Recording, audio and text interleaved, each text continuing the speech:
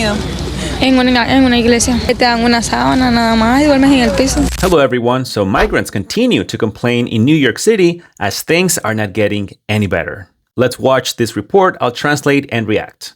So this journalist is saying that the migrant crisis in New York is getting worse. She's saying that groups of adult asylum seekers without children are living on the streets, waiting for a number to eventually get back to the shelter.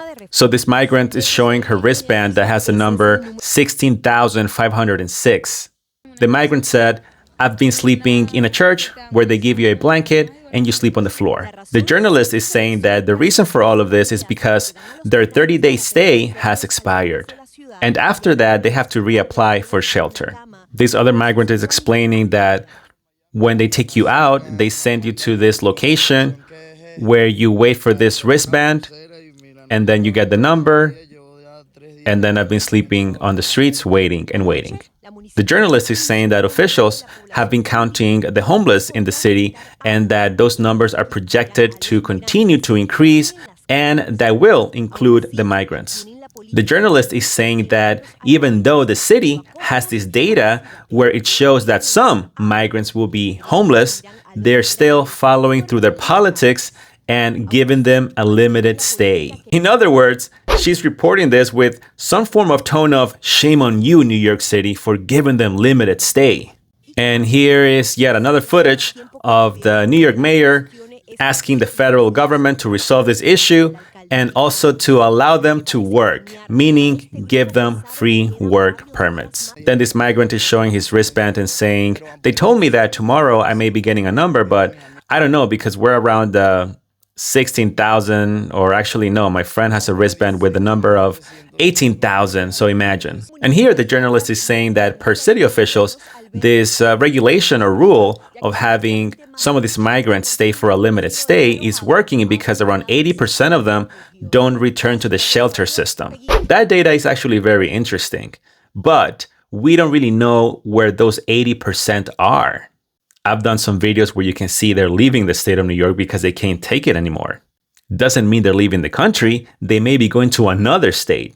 What is also very interesting here is that the reporter chose her words carefully. She said a group of adult migrants without children instead of saying military-aged men. That's the appropriate description. These are grown men. But the media wants to continue to portray this innocence glare about it. I hope that a video like this is a good reply to that notion of some on the Democratic side, and even some people that are in the middle, and maybe even some Republicans that don't really understand this, and saying, why don't we just open the visa requirements to everybody? And the reason why we shouldn't do that is because the visa requirements state that you should have either a sponsor or a financial status so that you don't become a burden to the state. If you loosen up the visa requirements and let everybody apply, then perhaps these individuals might not come through the border. They might come via plane, but we'll go back to square one. Why? Because they have no financial stability. They have no sponsor, and therefore they have no place to stay, meaning they will go back to the shelter system once again and will be on this loop forever. I'm not even talking about the criminal background checks because that's a logistical requirement. But this is more for those that say, well, why don't we just loosen up the visa requirements so that more people can apply? You can't do that. There is a reason why most of these individuals do not qualify for any visa. And it is mainly due to not having financial stability or a sponsor. And that is extremely essential. Otherwise, you're solving the problem of maybe not having them coming through the border, but we'll go back to the same issue of the benefit system being overwhelmed.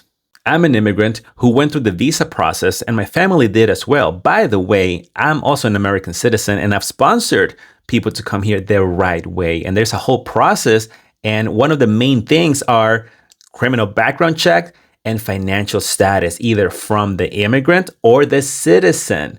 And that is, once again, so that they don't end up in a shelter asking for help. So once again, no, we cannot open or loosen up the visa requirements because that doesn't solve the problem. Being here is not a right. It is a privilege. If you like my content, please follow me on TikTok, subscribe to my YouTube channel, and let me know what you think in the comment section below.